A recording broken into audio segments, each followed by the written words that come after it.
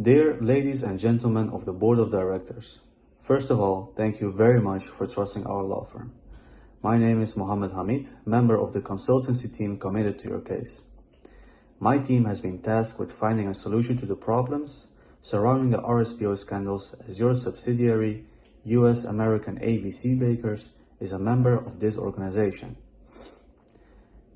The RSPO ensures social and environmental sustainability through its members, which strive to develop and follow the best practices. This is why you chose for the RSPO the time you joined them, as you were committed to support the production of certified sustainable palm oil. However, unfortunately, various reports have surfaced alleging that the RSPO fails to deliver on environmental and social sustainability. Allegations like child labor in the palm oil plantations and so on. This is very damaging to your company image of aiming to become the premier bakery of North America through sustainable manufacturing. The problem in this situation is that you specifically need palm oil to create good quality Girl Scout cookies. Palm oil productions are notorious in terms of child labor and environmental unsustainability. Lack of quality control by RSPO led to palm oil suppliers to continue child labor in its production under the banner of social sustainability. What you did wrong was that you had a passive approach to this problem. Just relying on a membership of an organization which claims to be sustainable does not ensure environmental sustainability. What you can do to solve this problem is to actively look and visit palm oil suppliers to ensure from within the company itself that there is no child labor present. Appointing a board that controls the supply chain regularly by visiting the palm oil suppliers and being in contact with the workers. Eventually, we believe that the best possible solution is to actively ensure the social sustainability by looking for suppliers, entering into contact with suppliers that ensure fair trading, for example, by being able to monitor regularly the fields. This comes, of course, with a price tag. So Weston Foods should be willing to pay more to ensure social sustainability of palm oil. To prepare you for a meeting with the shareholders of your company, my colleagues will further elaborate on this solution by providing a detailed outline of the implementation phase, by presenting an action plan, a Gantt chart, and by explaining how this solution avoids common obstacles to decision making. Good morning, I'm Alex Kidder and I'm going to present to you our action planning worksheet for our implementation plan. First of all, we'll have to recruit palm oil experts. This will have to be done by our human resources department, who will have to advertise our job offer and provide our experts a salary. Then we will be able to send our experts to Indonesia in order to find suppliers and discuss with them. This will have to be monitored by the research and development department, and we'll have to provide the habitat and transport for our experts.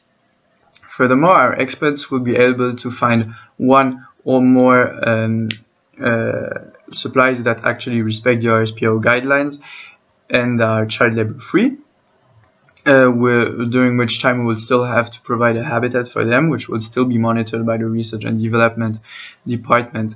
Afterwards, we will be able to make a long-term contract with one of those suppliers, entailing regular checks on the plantation in order to see if they still respect the guidelines and that there is no child labor over there. This will have to be done by the legal department, and we therefore will have to provide transport and habitation for the legal department, which will be monitored by the accounting and finance department, considering the money involved.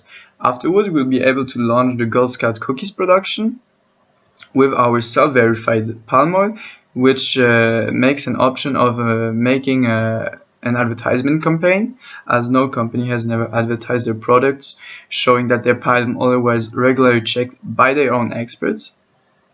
For the launch of the production, obviously the production department will be responsible, and we'll only have to find a cargo in order to import the palm oil. Finally, we'll have to make our experts check regularly on the plantations, and this will have to be done obviously by our palm oil experts, and we'll have to provide them transport and habitation. This will be monitored by the production team. I can now leave the floor to my colleague. My name is Diana Brower and I will now be presenting the ground chart. The first task that can be viewed in this chart is the recruiting of palm oil experts. This date begins on the 21st of June 2021 and has a completion date on the 5th of July 2021. The second task that can be viewed in the ground chart is the sending of experts to Indonesia to find plantations and discuss with suppliers, which begins on the 9th of July 2021 and its completion date is on the 23rd of July 2021.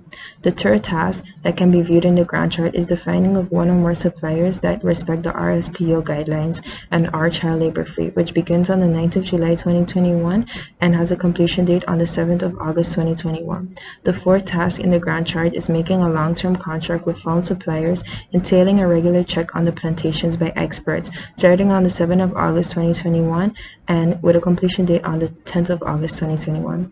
The fifth task in the ground chart is launching the production of Girl Scout cookies with self-certified palm oil beginning on the 20th of August 2021 with no completion date. The sixth task in the ground chart is making experts check on the plantation every 3 months starting from the 1st of September without a completion date. To our contingency planning, which are the ranked risks. Number one would be finding a supplier that will comply with the guidelines, and this could be very difficult. However, to fix this, we can perform a thorough assessment if they already have knowledge of the RSPO guidelines. Number two would be recruiting palm experts, which can be a struggle. However, it is not impossible. With this being said, using the RSPO, oil experts can be recruited. Number three would be launching the production of Girl Scout cookies with a self-certified palm oil.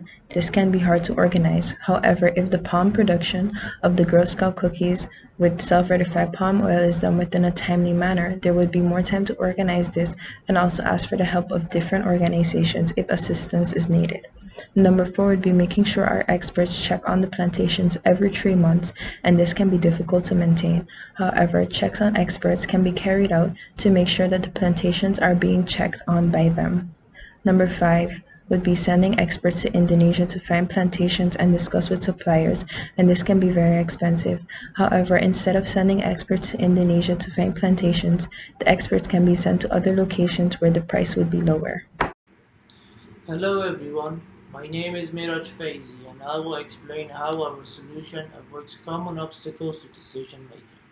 Well, as human beings, we think that our initial opinions are correct, and when presented with the facts, we pick out the ones that suit our presumptions the best, and this is called confirmation bias.